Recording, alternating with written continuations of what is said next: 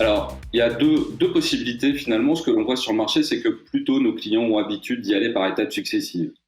Donc, ils passent d'un contrat constructeur en faisant le choix d'un tiers mainteneur, plutôt en fin de vie. Et puis, quelque part, c'est une habitude qui a été prise depuis de très longues années. Et les clients vont plutôt maintenant commencer à regarder petit à petit, à aller vers la globalisation plutôt par étapes successives, même si on peut tout à fait y aller en one shot.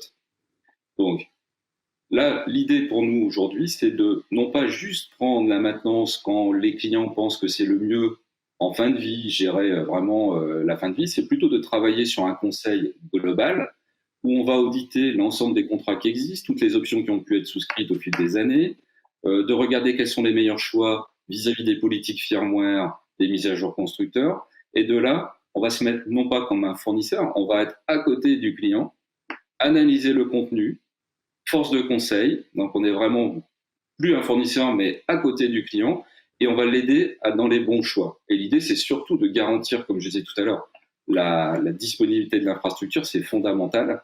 Donc on ne va pas faire un choix de finance en disant je vais faire la tierce maintenance qui est tant mieux, et j'ai un bon service, j'ai de la souplesse, tout ça c'est très bien, c'est vrai.